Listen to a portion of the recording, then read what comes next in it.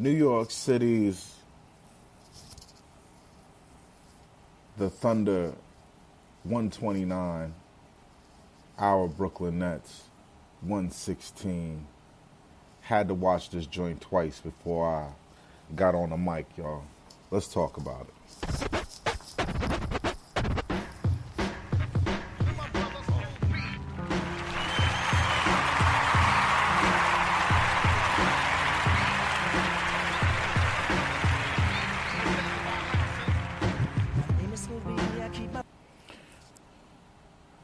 Smooth B keeps his rhyme styles tight. Eve D is having a hard time doing this podcast and having to come on here and be negative. You know, I say a lot of loose things on Twitter. But Twitter is kind of like the way you get your thoughts out, you feel, and you argue, and through the discourse you kind of go on a path of trying to figure out how right or wrong you are on whatever topic that you're trying to analyze. Worst thing to do that with is politics.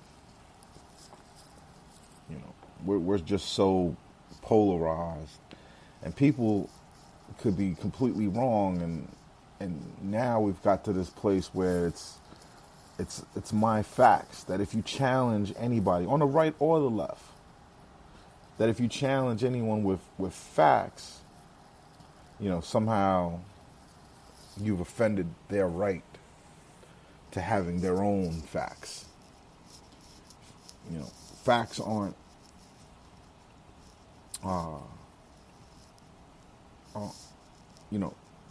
facts don't have sides.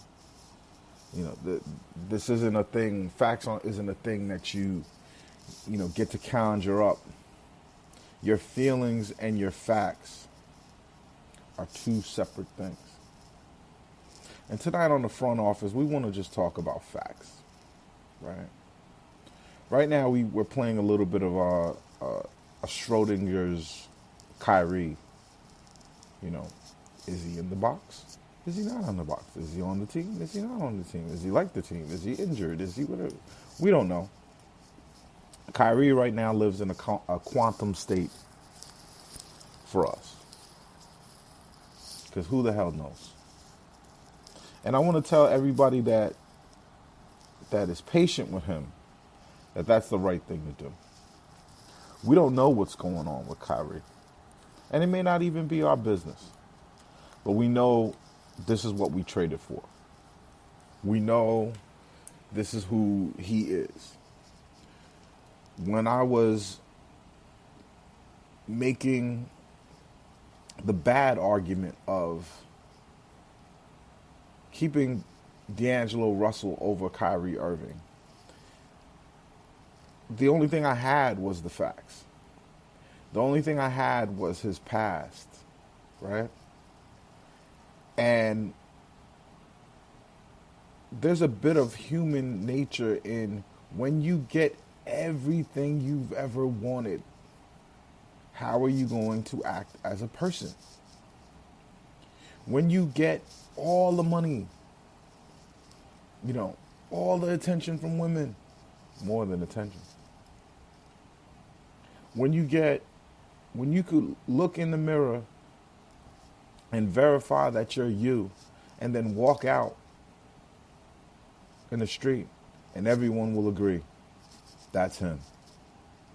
That's a hard person to motivate. That's a hard person to make see logic.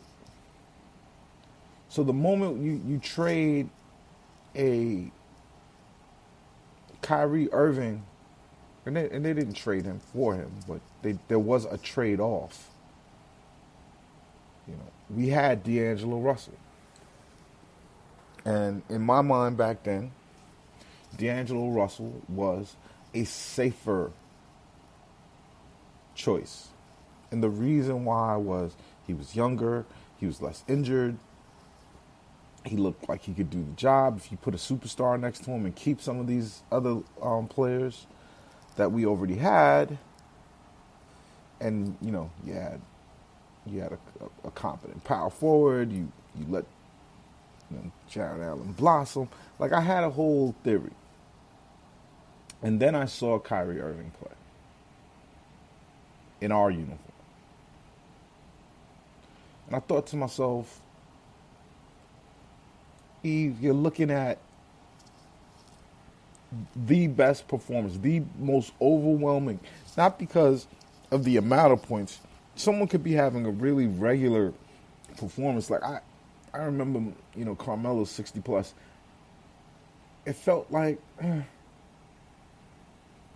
he was going for the 60 plus and not for the win. Like, he was doing something for himself and not for the team. It felt like a struggle. It felt like I'm not even worried about what the score of the game is. I'm just trying to make this history with these points. And if you like that, it was glorious. But what I saw with Kyrie in his first few games and his double nickel, and he's done really amazing things with that basketball. His level of skill is unmatched, right? And I think the overwhelming majority of Nets fans are cool. I think there's a lot of Nets fans who, even after yesterday's loss, just feel like we have two superstars. We're good. And I think Sean Marks agrees with you. I did the job. I got two superstars. Now it's your turn. And I would have to say that all of us are wrong.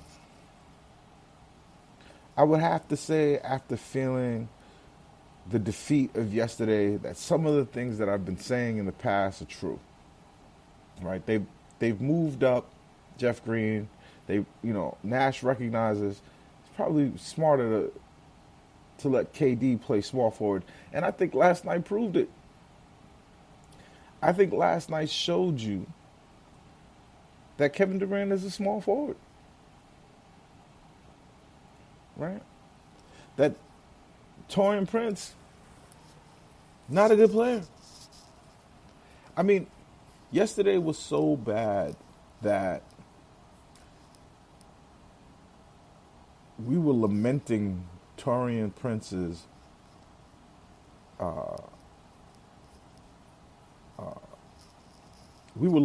Tobias Prince sitting on the bench. How is that possible? Do you know what Tobias Prince did yesterday?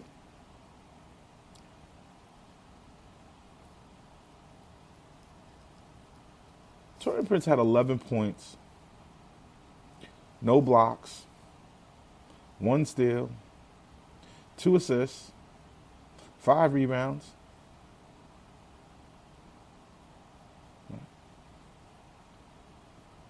In 23 minutes.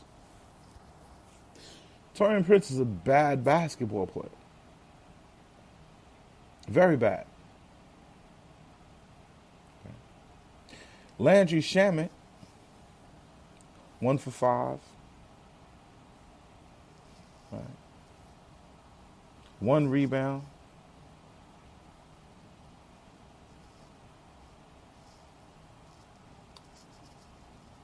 Three points.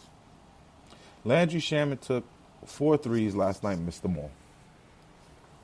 He's a bad basketball player. Very bad basketball player. And he's in the worst kind of team for his skill set. Right? But we have these players because of an idea, because of a concept. If we have all the shooting in the world, the offense doesn't matter. The athleticism doesn't matter. The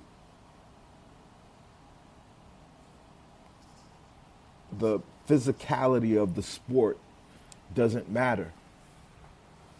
And I don't want to run on, especially on a pod that my partner Sam isn't on. And shout out to Sam. When Sam doesn't come on, it's not because of an L or anything like that. It's because he doesn't have as much disposable time as I do. So Sam has challenges with, in terms of making every single game, but my partner will be back. He's doing his Esquire thing. So, where are we, Brooklyn? What is wrong with us? Why haven't we gotten it together? Why are we,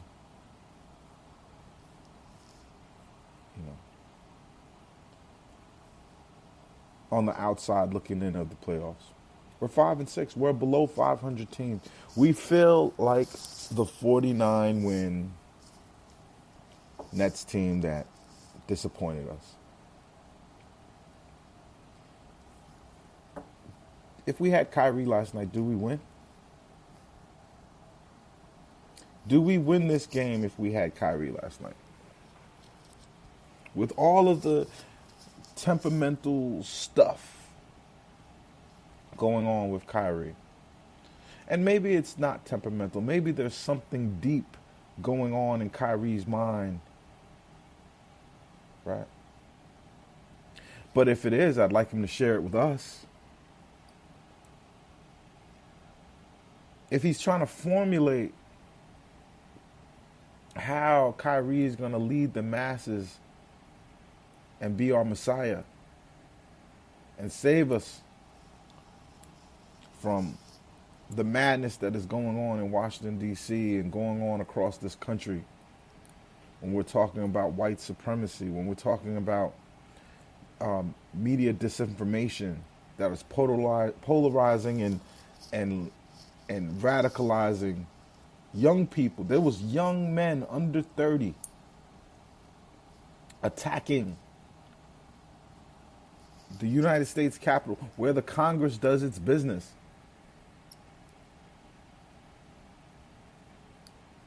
Cries of sedition. Now, I know a lot of those dudes are dressed up doofuses, red hat wearing morons. Right? We know. But it troubled me to see the military-aged people who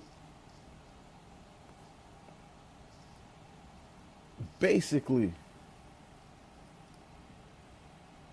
declared war on our nation.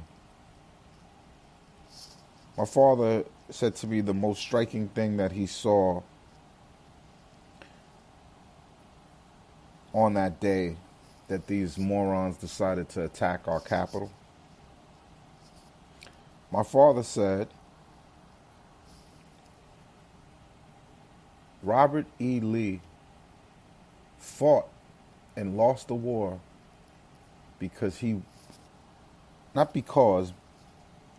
lost the war that in which he was trying to march into the Capitol House with the Confederate flag. He wanted to do that. He never got past Gettysburg. Okay?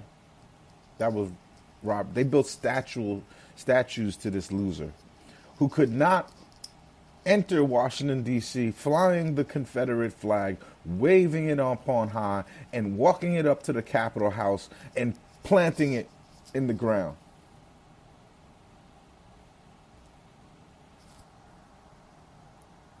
What we saw the other day should have shocked anybody.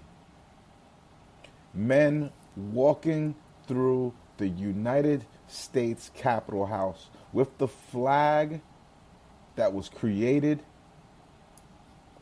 in order for the southern states to maintain human chattel, to maintain human bondage and slavery, to keep the concept that Americans that look like me, and